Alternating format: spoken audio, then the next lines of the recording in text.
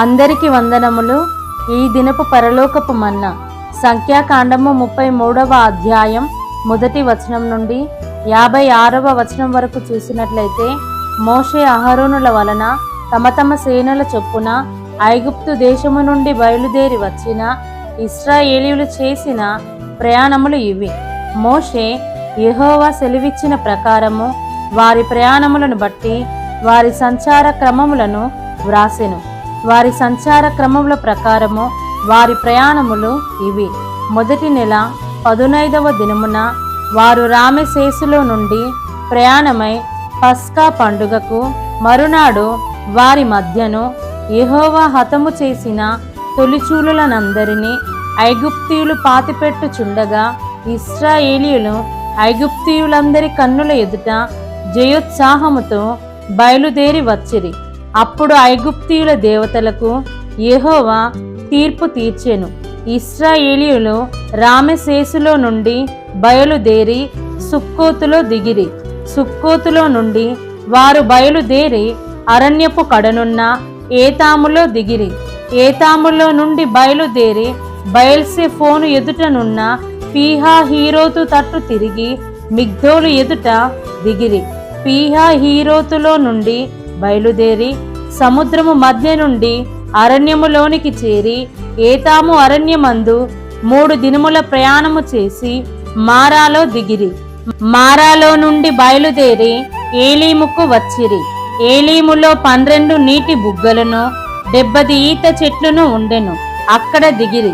ఏలీములో నుండి వారు బయలుదేరి ఎర్ర సముద్రమునొద్ద దిగిరి. ఎర్ర సముద్రమునొద్ద నుండి బయలుదేరి సీను అరణ్యమందు దిగిరి. సీను అరణ్యములో నుండి బయలుదేరి దోపకాలో దిగిరి. దోపకాలో నుండి బయలుదేరి ఆలుషులో దిగిరి. ఆలుషులో నుండి బయలుదేరి రెఫీదీములో దిగిరి. అక్కడ జనులు త్రాగుటకై నీళ్లు లేకపోయెను. రెఫీదీములో నుండి బయలుదేరి సీనాయి అరణ్యమందు దిగిరి. సీనాయి అరణ్యము నుండి బయలుదేరి కిబ్రోతు హత్తావాలో దిగిరి. కిబ్రోతు హత్తావాలో నుండి బయలుదేరి హజేరోతులో దిగిరి. హజేరోతులో నుండి బయలుదేరి రిత్మాలో దిగిరి. రిత్మాలో నుండి బయలుదేరి రిమ్మోను పారేసులో దిగిరి.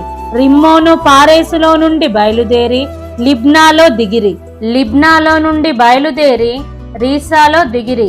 రీసాలో నుండి బయలుదేరి కెహేలాతాలో దిగిరి.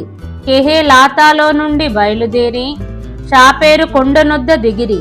షాపేరు కొండనొద్ద నుండి బయలుదేరి హరాదాలో దిగిరి. హరాదాలో నుండి బయలుదేరి మకేలోతులో దిగిరి. మకేలోతులో నుండి బయలుదేరి తాహతులో దిగిరి. తాహతులో నుండి బయలుదేరి తారహులో దిగిరి. తారహులో నుండి బయలుదేరి మిత్కాలో దిగిరి. మిత్కాలో నుండి బయలుదేరి హష్మోనాలో దిగిరి. హష్మోనాలో నుండి బయలుదేరి మోసేరోతులో దిగిరి. మోసేరోతులో నుండి బయలుదేరి బెనేయాకానులో దిగిరి. బెనేయాకానులో నుండి బయలుదేరి హోర్ హగ్గిద్గాదులో దిగిరి. హోర్ హగ్గిద్గాదులో నుండి బయలుదేరి యోద్బాతాలో దిగిరి. యోద్బాతాలో నుండి బయలుదేరి ఎబ్రోనాలో దిగిరి. ఎబ్రోనాలో నుండి బయలుదేరి ఎసొన్గే బేరులో దిగిరి. ఎసొన్గే బేరులో నుండి బయలుదేరి కాదేశు అనబడిన సీను అరణ్యములో దిగిరి. కాదేశులో నుండి బయలుదేరి ఎదోము దేశము కడనున్న హోరు కొండ దగ్గర దిగిరి. యెహోవా సెలవిచ్చిన ప్రకారము యాజకుడైన అహరోను హోరు కొండనెక్కి ఇశ్రాయేలీయులు ఐగుప్తు దేశములో నుండి బయలుదేరి వచ్చిన 40వ సంవత్సరమున 5వ నెల 1వ దినమున అక్కడ మృతి నొందెను. అహరోను 123 ఏండ్ల ఈడు గలవాడై హోరు కొండ మీద మృతి నొందెను. అప్పుడు దక్షిణ దిక్కున కనాను దేశమందు నివసించిన అరాదు రాజైన కనానీయుడు ఇశ్రాయేలీయులు వచ్చిన సంగతి వినెను. వారు హోరు కొండ నుండి బయలుదేరి సల్మానాలో దిగిరి. సల్మానాలో నుండి బయలుదేరి పూనొనులో దిగిరి. పూనొనులో నుండి బయలుదేరి ఓబోతులో దిగిరి. ఓబోతులో నుండి బయలుదేరి మోయాబు పొలిమేర యొద్దనున్న ఇయ్యో ఆబారీములో దిగిరి. ఇయ్యో ఆబారీములో నుండి బయలుదేరి దీబోను గాదులో దిగిరి. దీబోను గాదులో నుండి బయలుదేరి అల్మోను దిబ్లా తాయీములో దిగిరి. అల్మోము దిబ్లా తాయీములో నుండి బయలుదేరి నెబో ఎదుటి అబారీము కొండలలో దిగిరి. అబారీము కొండలలో నుండి బయలుదేరి యెరికో దగ్గర యోర్దానుకు సమీపమైన మోయాబు మైదానములలో దిగిరి. వారు మోయాబు మైదానములలో బిత్యే షిమోతు మొదలుకొని ఆబేలు షిత్తిమ్ము వరకు యోర్దాను దగ్గర దిగిరి. యెరికో యొద్ద అనగా యోర్దానుకు సమీపమైన మోయాబు మైదానములలో యెహోవా మోషేకు ఈలాగు సెలవిచ్చెను, నీవు ఇశ్రాయేలీయులతో ఇట్లనుము, మీరు యోర్దానును దాటి కనాను దేశమును చేరిన తరువాత ఆ దేశ నివాసులందరినీ మీ ఎదుట నుండి వెళ్ళగొట్టి వారి సమస్త ప్రతిమలను నాశనము చేసి వారి పోత విగ్రహములన్నిటినీ నశింపచేసి వారి ఉన్నత స్థలములన్నిటినీ పాడు చేసి ఆ దేశమును స్వాధీనపరచుకొని దానిలో నివసింపవలెను.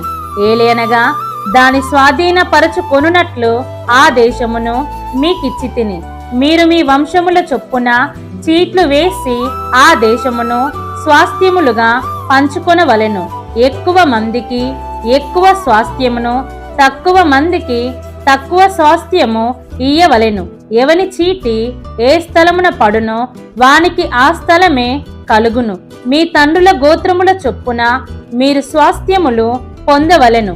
అయితే మీరు మీ ఎదుట నుండి ఆ దేశ నివాసులను వెళ్ళగొట్టని ఎడల మీరు వారిలో ఎవరిని ఉండనిచ్చెదరో వారు మీ కన్నులలో ముండ్లుగాను మీ ప్రక్కలలో శూలములుగాను ఉండి మీరు నివసించు ఆ దేశములో మిమ్మును బాధ పెట్టెదరు. మరియు నేను వారికి చేయ తలంచినట్లు మీకు చేసిదనని వారితో చెప్పుము. దీన్ని మనం అర్థం చేసుకున్నట్లయితే ఈ అధ్యాయంలో ఇశ్రాయేలీయుల ప్రయాణముల గురించి చెప్పడం జరిగింది.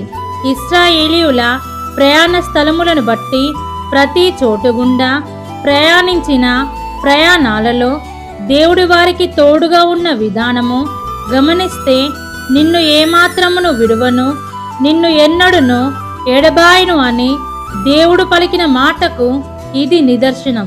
మీరు ఆ దేశమునకు వెళ్ళిన అనంతరము ఆ దేశ నివాసులందరినీ అక్కడ నుండి వెళ్ళగొట్టుడి అని పలికిన మాటను గమనిస్తే, దేవుని పిల్లలు ఈ లోకమునకు వేరై ఉండాలనే దానికి నిదర్శనం. ఎందుకంటే రాబోయే తరములను కాపాడాలనేది దేవుని చిత్తం.